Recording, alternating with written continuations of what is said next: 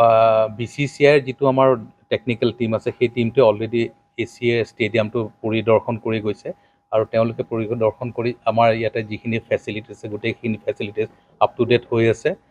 তেওঁলোকৰ খুব ভাল ৰিপৰ্ট দিছে অসম ক্ৰিকেট সন্থাক। অসম ক্ৰিকেট সন্থায়ো যিখিনি কৰিবলগীয়া আছে আগন্তুক 15 মে আৰু 19 মেত IPLৰ দুখন মেটচ অনুষ্ঠিত কৰিব লগা আছে, তাৰ কাৰণে যিখিনি প্ৰস্তুতি কৰিব লাগে এই প্ৰস্তুতি সম্পূৰ্ণ কৰি ৰাখিছে। ৰাজস্থান ৰয়েলছৰ যিটো তেওঁলোকৰ টেকনিকেল দল আছে সেই দলটো যোৱাকালি আহি পালে গুৱাহাটী আৰু তেওঁলোকৰ ফালৰ পৰা যিবিলাক ব্ৰেণ্ডিঙৰ কাম বা কিছুমান তেওঁলোকৰ স্পেচিয়েল ডেকৰেশ্যনৰ কথা থাকে সেইখিনি কাম হয়তো 2 দিনতে আৰম্ভ কৰিব আৰু মই আশা কৰোঁ যে খুব ভাল পৰিৱেশত এই আগন্তুক IPL মেটচ দুখন গুৱাহাটীত অনুষ্ঠিত হ'ব। অসম ক্ৰিকেট সন্থাই এটা স্পেচিয়েল ষ্টেপছ লৈছে। অসম ক্ৰিকেট সন্থাই ইয়াৰ যোনটো হস্পিটেলিটি এৰিয়া আছে সেই হস্পিটেলিটি এৰিয়াটো কমপ্লিটলি আপগ্ৰেড কৰিছে আৰু সেই আপগ্ৰেডেশ্যন কৰা হস্পিটেলিটি এৰিয়াটো অহা 27 মে তাৰিখে আবেলি 3 বজাত উদ্বোধন কৰিব। আমি সকলোকে আমন্ত্ৰিত কৰিম আৰু এটা নতুন পৰিৱেশত খুব ভাল পৰিৱেশত IPL মেটচকেইখন ইয়াৰ দৰ্শকে গেলেৰীতে হওক বা হস্পিটেলিটি এৰিয়াতে হওক তেওঁলোকে উপভোগ কৰিব পাৰিব। চব টিকেটখিনি অলৰেডি তেওঁলোকে ৰাজস্থান ৰয়েলছে এই টিকেটৰ ওপৰত তেওঁলোকৰ কণ্ট্ৰল আছে বা তেওঁলোকে মেনেজ কৰে। ত' মই জনামতে তেওঁলোকে অলৰেডি অনলাইনত বুক মাই শ্ব' থ্ৰুৱেদি টিকেটবোৰ মুকলি কৰি দিছে।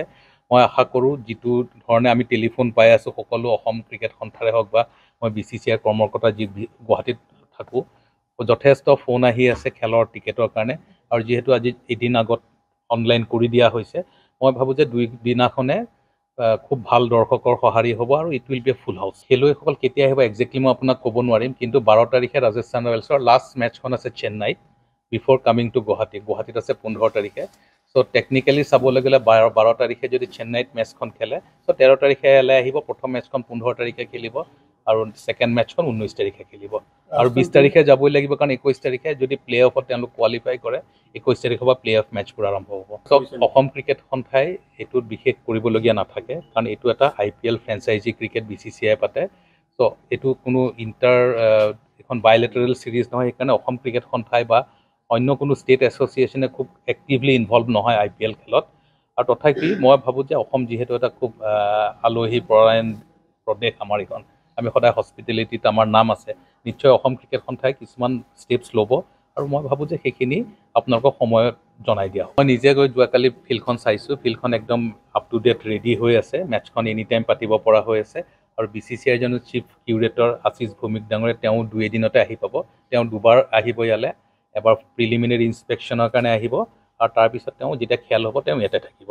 চ' BCCIৰ ফালৰ পৰা গ্ৰাউণ্ডৰ কাৰণে যিখিনি প্ৰিপেৰেশ্যনৰ প্ৰট'কল আছে সেই প্ৰট'কলখিনি সম্পূৰ্ণৰূপে মানা হৈ আছে আৰু আজিৰ তাৰিখত অসম ক্ৰিকেট সন্থাৰ যিটো ষ্টেডিয়াম আছে বৰ্ষাপাৰাত ইয়াৰ গোটেইকেইখন উইকেট মেটচ ৰেডি হৈ আছে। অসম ক্ৰিকেট সন্থাক অসম চৰকাৰে যোৱা বছৰ 11 বিঘা মাটি এলট কৰিছিলে for having a parking space. এই পাৰ্কিং স্পেচটো আমি ইয়াৰ আগৰ এখন খেলতো ব্যৱহাৰ কৰিছোঁ আৰু এইবাৰো আমি সেইখন ব্যৱহাৰ কৰিম।